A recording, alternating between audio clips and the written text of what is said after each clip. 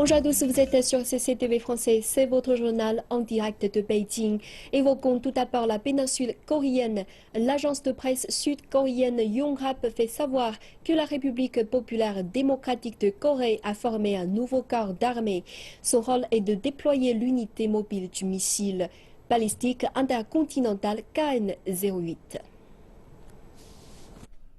Selon les sources de l'agence de presse, cette décision signifie que Pyongyang s'apprête à positionner le missile.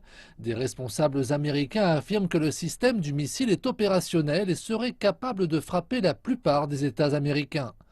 Par ailleurs, les États-Unis ont déployé davantage de systèmes de défense solaire Patriot en Corée du Sud, à la suite du lancement d'une fusée par la RPDC. Selon l'armée des États-Unis, ce positionnement en Corée du Sud entre dans le cadre de la conduite de l'exercice d'urgence. Les deux alliés débuteront des pourparlers dès la semaine prochaine. Ils évoqueront le possible déploiement du système américain de missiles de défense. Passons à la Syrie à présent. Les bombardements turcs se poursuivent dans le nord du pays alors que l'OTAN comme la France appellent à cesser immédiatement les bombardements. Et c'est la Russie qui pourrait voir son rôle prendre davantage d'importance. Tout de suite, plus de détails dans ce reportage. La Turquie a bombardé des positions kurdes dans le nord de la Syrie pour la seconde journée d'affilée, malgré les appels des alliés de l'OTAN pour suspendre ses actions. La France va plus loin en demandant l'arrêt immédiat de toutes les frappes aériennes, dont celles menées par le gouvernement syrien et la Russie. Les forces kurdes avancent vers Alep, gagnant du terrain, avant un cessez-le-feu proposé qui doit débuter au cours de la semaine prochaine. Ankara déclare sa volonté d'empêcher les Kurdes syriens de rejoindre les forces des opposants turcs. Et la Russie continue de bombarder les groupes rebelles syriens. Les observateurs déclarent que cette escalade de violence amenuise les espoirs d'une intervention humanitaire. Le président russe Vladimir Poutine et le président américain Barack Obama ont discuté par téléphone samedi de cette situation qui empire. Mais alors que les dirigeants mondiaux négocient et que les Nations Unies préparent l'assistance humanitaire, davantage de ressources militaires s'avancent vers la région. L'Arabie Saoudite a déployé des avions de guerre vers la Turquie. Un geste qui accorde du crédit à une offensive terrestre conjointe entre Ankara et Riyad en Syrie. Une possibilité que la Turquie a déjà mentionnée. Et il n'y a pas de date butoir claire pour le début du cessez-le-feu. Actuellement, des diplomates déclarent que le maintien d'un couloir humanitaire vers la ville d'Alep assiégée reste la principale priorité. Et l'on reparle de la conférence sur la sécurité qui s'est tenue dans la ville allemande de Munich. Les pourparlers se sont concentrés sur la menace posée par les militants du groupe État islamique avec des inquiétudes croissantes liées à la Libye. L'envoyé spécial des Nations Unies dans le pays s'est montré confiant quant à la formation d'un gouvernement d'unité nationale, bien que les délégués s'inquiètent du manque de progrès. Comprenant près de 6000 combattants en Libye, le groupe État islamique s'est engagé à mener davantage d'attaques. Et pour les délégués présents ici à Munich, il s'agit d'une crise qui ne peut pas être ignorée. Chaque heure, chaque jour qui passe, le processus politique est retardé. Il n'arrive pas avec un gouvernement qui soit suffisamment efficace pour répondre aux problèmes sécuritaires. Chaque journée perdue est un jour de gagné pour le groupe État islamique. Le groupe État islamique s'est servi de la crise politique dans le pays pour gagner davantage de terrain. Et les délégués indiquent que la campagne aérienne menée en Syrie et en Irak pourrait aller jusqu'en Libye. Et compte tenu de ce qui s'est passé la dernière fois, c'est là une inquiétude particulière pour de nombreux députés européens. Et parmi les opposants à de possibles frappes aériennes, l'ancien chef des Nations Unies, Kofi Annan. Il ne s'agit pas spécifiquement d'un problème musulman. Une enquête de la Banque mondiale datant de 2011 a montré que 40% de ceux ayant rejoint les mouvements rebelles déclarent être motivés par le manque d'emploi. Et avec ces faits à l'esprit, il est évident qu'une autre guerre contre le terrorisme, cette fois en Afrique, n'a pas plus de chances de réussite que la précédente. Beaucoup voient le fait que l'Afrique n'a pas été le principal sujet de discussion comme un élément positif, un signe que le continent surmonte certaines de ses difficultés passées. Mais il y a également de véritables inquiétudes que la Libye et ses voisins pourraient constituer un terrain fertile pour le groupe État islamique. Et une action urgente est nécessaire pour éviter cela. Dirigeons-nous maintenant vers la Somalie. Dans ce pays, on observe les conséquences de l'attentat perpétré au début du mois contre un avion de ligne. À l'aéroport de Mogadiscio, les mesures de sécurité ont été renforcées. Et c'est le groupe islamiste Al-Shabaab qui a récemment revendiqué cette action. Autour de l'aéroport de Mogadiscio, ces hommes d'une unité spéciale de la police ont été déployés. Ils sont assistés par des chiens de détection. Ces mesures ont été prises depuis que les Shebab ont revendiqué l'attentat à la bombe contre un avion de la compagnie Dalo Airlines.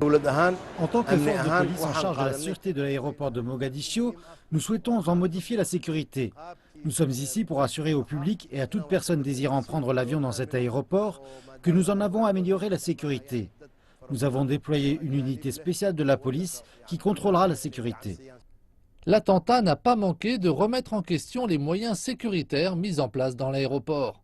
Les images des caméras de sécurité révèlent d'ailleurs qu'un responsable de l'aéroport est impliqué. Nous avons accentué la sécurité de l'aéroport. Nous avons arrêté plus de 50 personnes soupçonnées d'être impliquées dans l'attentat à la bombe contre l'appareil de Dalo Airlines. Nous avons augmenté le nombre et accru la qualité des machines à rayons X. Nous avons installé des caméras de sécurité dans toutes les zones de l'aéroport. Nous nous assurerons que cela ne se reproduise jamais. Alors que l'enquête se poursuit, le personnel assurant la vente de billets n'est plus autorisé dans l'enceinte de l'aéroport. Cependant, aucun vol n'a été annulé. Nous garantissons à la communauté internationale que l'aéroport international Aden AD est aux normes et nous continuerons à l'améliorer. Nous nous assurerons aussi qu'à partir d'aujourd'hui, les compagnies aériennes et les renseignements travaillent ensemble. Al-Shabaab a mis un peu moins de 2 semaines pour revendiquer l'attentat. Il semble que ces cibles étaient des responsables occidentaux du renseignement, mais cette possibilité n'est pas confirmée. L'explosion qui a fait un mort et a blessé plusieurs personnes aurait pu avoir des conséquences bien plus graves. Parlons maintenant du sommet États-Unis-ASEAN.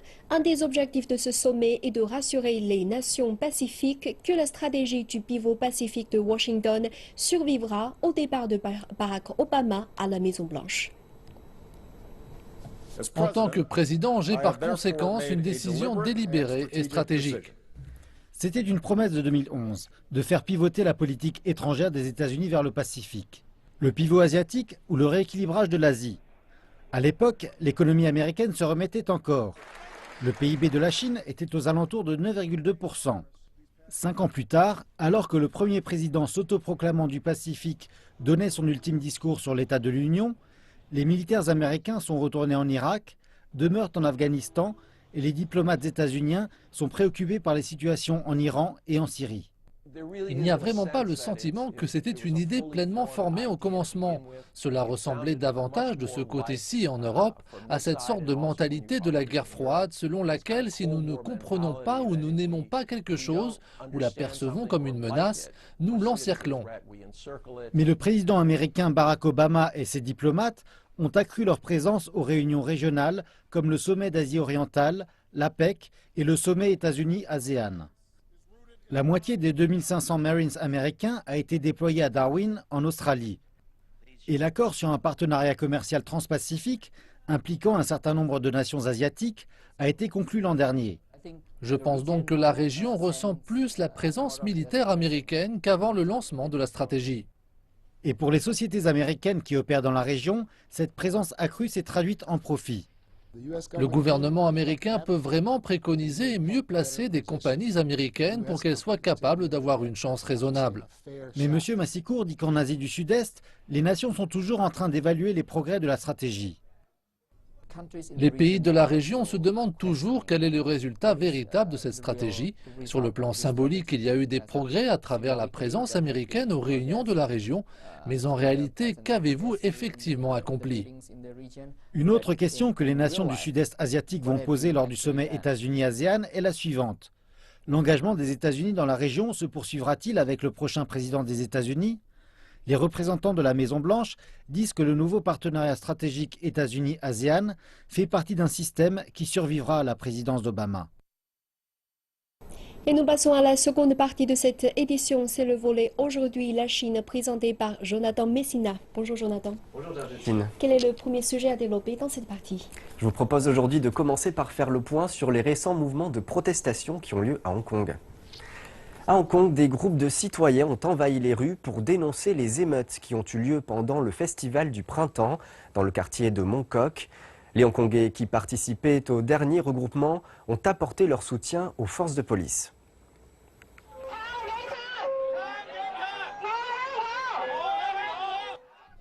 Plus de 200 manifestants se sont rassemblés au pied de la tour de l'horloge dans le quartier de Kowloon. Ils brandissaient des banderoles et panneaux tout en scandant des slogans en soutien à la police.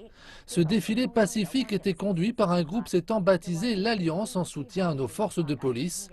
La foule s'est dispersée à hauteur des rues de Sayongchoi dans Mongkok, à l'endroit même où les affrontements de lundi dernier s'étaient soldés par plusieurs dizaines d'officiers de police blessés.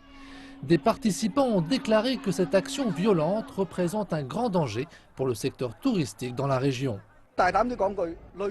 Franchement, tout incident violent ou des manifestations comme celle-là auront un effet désastreux et repousseront les touristes pendant longtemps.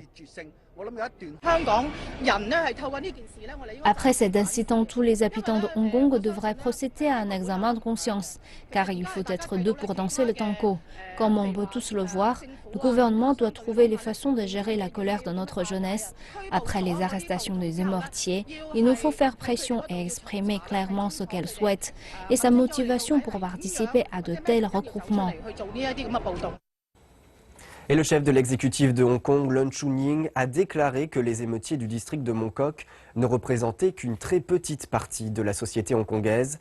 Il a par ailleurs appelé les habitants de la région administrative spéciale à ne pas chercher d'excuses aux violences.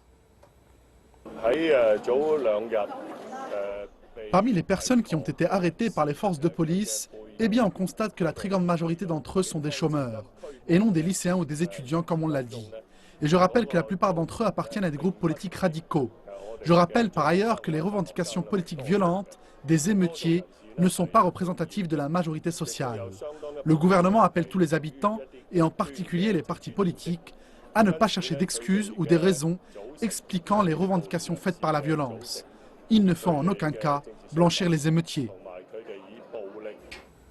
Autre sujet d'actualité, la partie continentale de Chine a offert 5 millions de yuans, soit près de 770 000 $, en aide humanitaire à Taïwan suite au séisme dans le sud de l'île la semaine dernière. L'Association pour les relations entre les deux rives du détroit de Taïwan a fait ce don à la Société de la Croix-Rouge de Taïwan dimanche. L'argent a été amassé auprès de groupes religieux, d'entreprises, de gouvernements locaux et de la population. Les fonds vont aller à l'aide aux familles des victimes, mais aussi aux blessés. Le tremblement de terre a fait plus de 100 morts. La fête du printemps est finie. Le congé d'une semaine a une fois de plus montré l'appétit croissant des Chinois pour les achats, les sorties au restaurant et les voyages de Nouvel An. Reportage. Les dernières statistiques du ministère du Commerce font apparaître un nouveau record de dépenses dans les secteurs de la vente au détail et de la restauration du pays, avec des recettes accumulant 750 milliards de yuans, soit 115 milliards de dollars. C'est une hausse de 11% par rapport à la même période l'an dernier. La plupart des dépenses de vacances s'est portée sur l'alimentation, le tabac et l'alcool. La bijouterie et les équipements numériques ont aussi été des articles populaires pendant les vacances. Les données montrent aussi que les ventes au box-office dans les cinémas, pendant les 3 premiers jours de Nouvel An chinois, ont bondi de 80% par rapport à l'an dernier, à 1,7 milliard de yuans. C'est presque égal au total de la totalité du congé d'une semaine de l'an dernier. Le tourisme est devenu une option populaire pour les Chinois riches. À l'intérieur, les activités traditionnelles de la fête, les sources thermales et les sports d'hiver ont grandement bénéficié des sorties des gens. On estime à plus de 5,7 millions les voyages à l'étranger effectués par des Chinois pendant les vacances. Les 3 destinations les plus populaires étaient la Thaïlande, le Japon et la Corée du Sud. Et si les touristes chinois sont connus pour leur capacité à dépenser lorsqu'ils sont à l'étranger, les choses sont en train de changer. Ce n'est pas leur pouvoir d'achat qui évolue, mais plutôt les produits qui attirent leur intérêt. On les appelle souvent les porte-monnaies ambulants. Les touristes chinois envahissent les centres commerciaux en France armés de cartes de crédit et d'argent comptant. Les autorités françaises estiment que 2 millions de touristes chinois ont visité la France en 2015, une augmentation de plusieurs milliers de personnes. Et en moyenne, chaque touriste chinois dépense plus de 5 000 € en France. 47% de leurs dépenses sont consacrées au shopping. C'est pour cette raison que les centres commerciaux français dans les centres-villes et en banlieue adorent les touristes chinois. Les Galeries Lafayette ont fait 50% de notre chiffre d'affaires avec la clientèle française et 50% avec la clientèle touristique. Et qu'au sein de la clientèle touristique, la clientèle chinoise est notre première clientèle étrangère. Nous avons reçu l'année dernière beaucoup de clients chinois et notre chiffre d'affaires a augmenté de 40%. Notre première nationalité en termes de chiffre d'affaires détaxé est la Chine. Et les Chinois changent le portrait de la consommation. Si aujourd'hui on constate une forte évolution justement sur des marques, c'est bien que c'est une clientèle chinoise qui devient de plus en plus mode et qui prend du temps pour acheter les marques qui l'intéressent. Les marques de luxe ne sont plus au sommet de la liste des achats des touristes chinois. Maintenant, la consommation de marques spécialisées et de produits de milieu de gamme ont atteint de nouveaux sommets.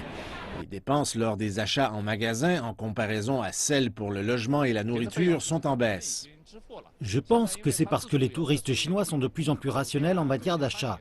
Ils s'intéressent plus aux loisirs et au divertissement, pas seulement aux dépenses. Les touristes chinois sont encore les plus grands consommateurs du monde, mais ce n'est plus seulement pour les biens. Ils veulent passer du temps à vivre une expérience pendant qu'ils sont en vacances.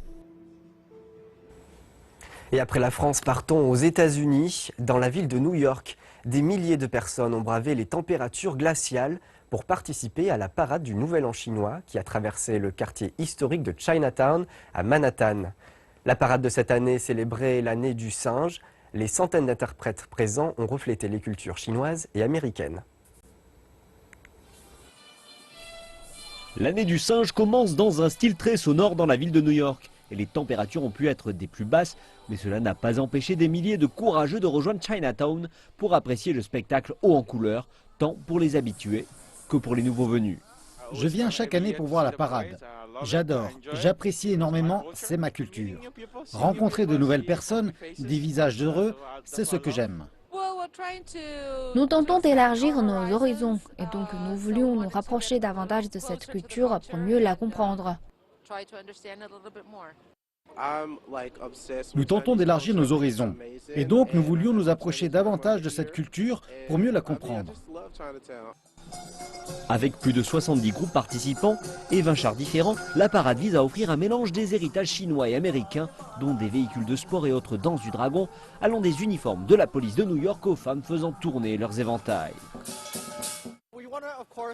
Nous voulons bien sûr exposer la culture chinoise et partager cela avec la communauté.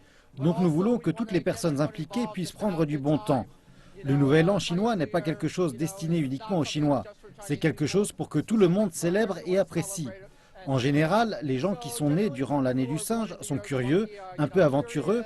Donc nous espérons que cette année, les gens sortiront, tenteront et apprendront de nouvelles choses au cours de cette nouvelle année.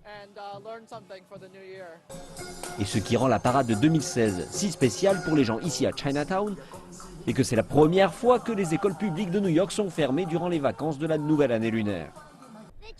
La culture chinoise est vraiment intéressante pour les gens et si les Chinois ne la célébraient pas, alors il n'y aurait pas de Nouvel An pour les Chinois.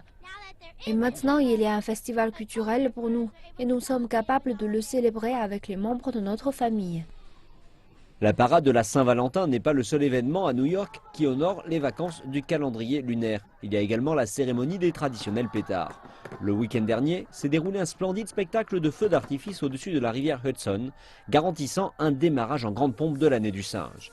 Les organisateurs espèrent que la Chine jouera un rôle encore plus important sur la scène internationale et que des événements comme celui-ci aideront les Américains à mieux comprendre et apprécier l'une des plus anciennes traditions au monde, mais aussi le premier partenaire commercial du pays. Et avant de nous quitter, parlons un peu de sport. Les Jeux Olympiques d'hiver de Beijing ne se tiendront que dans 6 ans, mais le président du Comité international olympique en parle déjà. Thomas Bach est actuellement en Norvège pour assister aux Jeux Olympiques d'hiver de la jeunesse. Dans une interview exclusive donnée à Dan Williams de CCTV, Thomas Bach prédit que les Jeux de Beijing seront à la fois un succès pour la Chine et pour les athlètes. Alors qu'il observait les performances des champions de demain, Thomas Bach, le président du Comité international olympique, semblait satisfait du déroulement de ces Jeux olympiques d'hiver de la jeunesse. Il est fort possible que les athlètes qui brillent ici feront de même lors des Jeux d'hiver de Beijing en 2022. Et même si ce n'est que dans 6 ans, Thomas Bach s'enthousiasme à la simple mention de Beijing. Ce seront d'excellents Jeux olympiques. Cela ne fait aucun doute étant donné la grande détermination et l'expérience de la Chine dans l'organisation de grands événements. Je crois que nous pouvons tous être très confiants dans le fait que ces Jeux seront excellents. Beijing. L'organisation des Jeux d'hiver est un vrai défi pour la Chine et il y en a un autre. C'est celui de former une équipe qui puisse briller dans cette compétition. Lors des Jeux de Sochi en 2014, la Chine a terminé 12e au tableau des médailles. Mais Thomas Bach s'attend sur ce plan à des progrès. La Chine sait qu'une partie du succès des Jeux dépend aussi des succès des athlètes du pays hôte. J'ai récemment été informé par le président du Comité national olympique des nombreuses initiatives qui ont été lancées pour former une équipe chinoise forte. L'un des atouts majeurs de la candidature de Beijing pour les Jeux d'hiver était l'héritage que cet événement pourrait laisser en Chine.